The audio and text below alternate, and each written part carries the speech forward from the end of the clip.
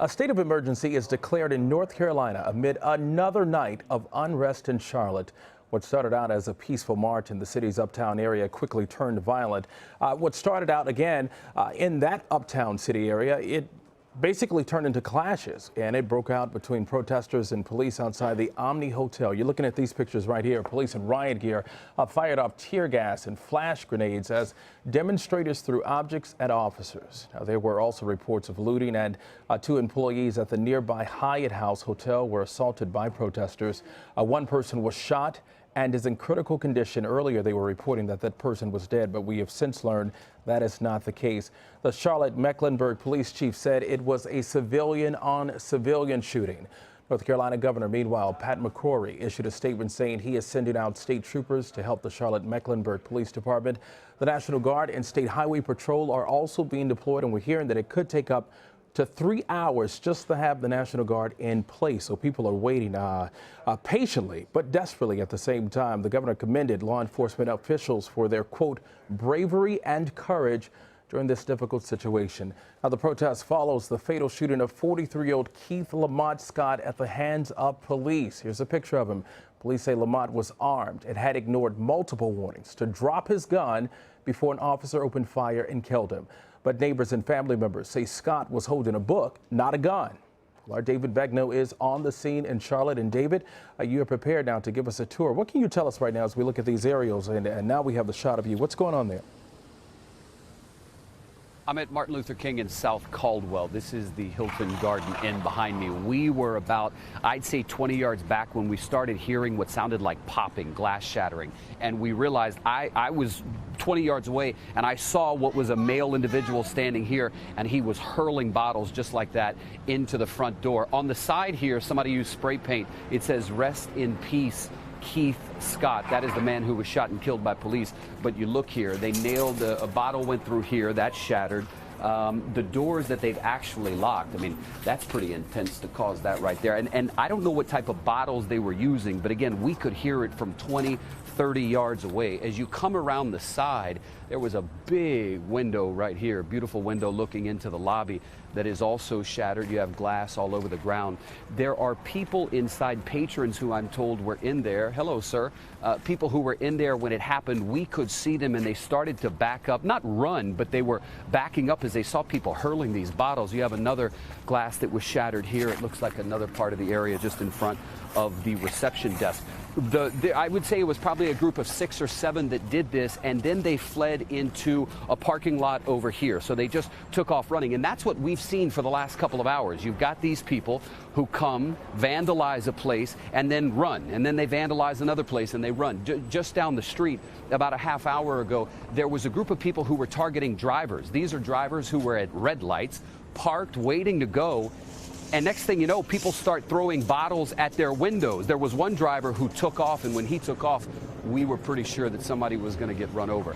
Come walking with me, if you will. So ahead is an interstate.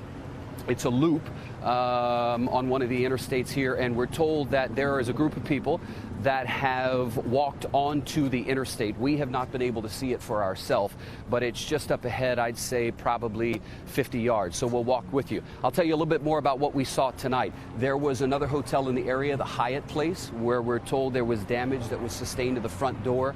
There is a report that a couple of people inside may have been hurt. Initially, my crew and I, we have 2 security guards with us right now, but my crew and I earlier were in an area that kind of seemed a little dicey, and as we started to back out, I took what felt like a rock to the back. I'm fine, but nonetheless, I say that just to illustrate it's precarious out here because you don't know who you're dealing with. A lot of these people are wearing masks. You have people, look at this man hanging out the vehicle right there, right? So he's yelling, "No justice, no peace." And you've got people like that who are just driving extremely erratic. I'm seeing some vehicles, some police units, lights on, code 3, running through downtown. DeMarco, you can hear the helicopters hovering above me. The helicopters have, oh, look at this, look at how dangerous this is. Look at how dangerous this is. This is crazy. And this is what it's been like all night, DeMarco. People either on foot, most of them are on foot, but then you've got these Who knows where they came from? A lot of them are wearing that mask, so you can't get a good, like a bandana wrapped around their face. You can't get a good visual of what they look like. Keep walking with me. DeMarco? All right, Dave, quick question for you. It started a little early, around 7 p.m. What time did you arrive on the scene, and at what point did it, sort of get out of hand? I know it was a prayer vigil to begin with. Well, I got to tell you, initially, we were told by CBS News management to stay out of the area for our own safety. That was the decision made by the company. A good decision, I might add, because we were seeing some of our colleagues who were actually getting hurt. One of our colleagues at another network was pretty much knocked to the ground by a protester. And so we stayed away from the area until probably about 10 o'clock Eastern. And when we decided it was safe, we decided, I'm sorry, Jack, what? Stop here. Okay, yeah, so when we decided it was safe, we showed up. So keep walking. Let's get a little closer. So you see they blocked off this area that would lead to the interstate here where we are. This is East Stonewall. NASCAR sign right there. Charlotte Business Journal is what I see. Again, we're in the uptown area, so the protesters have just been moving through. But back to your point earlier, we got here probably at about 10 o'clock, and there was a group of riot police that had lined across the street, and what they would do is they would tell people, this is an unlawful assembly. So basically what you have to do is back up. So they would do it in English, then in Spanish, and then they would advance on those protesters, and they were threatening to arrest people. But the people just kept backing up. So the riot police would move in, and the people would run and scatter, and that's what it's been. I mean, it's been a game of cat and mouse. I have not seen one person get arrested tonight. Now, compare that to Baton Rouge, following the death of Alton Sterling, where we had those protests. There were a lot of arrests when riot police turned out. I have not seen one arrest tonight, DeMarco. I got to ask you this. I know the governor had declared a state of emergency and has also deployed the National Guard, which could possibly take 3 hours to be in place, along with state troopers there. Does it feel, or do you feel the sense that they have everything under control in that area? It appears that they don't, but you may see a little something different, because we've also seen protesters on I-277 as well. Yeah, so your initial question about the governor was what? Well, he declared a state of emergency, of course, activating the National Guard in that area. Do you have a sense that the local police department there has that situation under control? We've been looking at all the video that has been coming into our studio, and it appears that they don't. So, well, let me say this to you. I don't know if it's fair to say that necessarily they don't have it under control. I would say, from what my crew and I are witnessing on the scene, they seem to be exercising incredible restraint, right? There were moments where there were officers on bicycles, others who were on four-wheelers and go-karts and in vehicles, kind of just going through the area monitoring, right? As if, they saw people throwing bottles, but they would kind of watch them and they'd let them go. Almost like herding cattle, right? They were herding people kind of in this direction, making sure, I got the sense, that no gunshots rang out. So again, I don't know if I'd say they don't have control of it. I'd say they're exercising great restraint in dealing with these people. Again, I'll tell you this, David, from the pictures that we have been seeing, there are tons of people who were on the highway, I-277 drivers just trying to get by.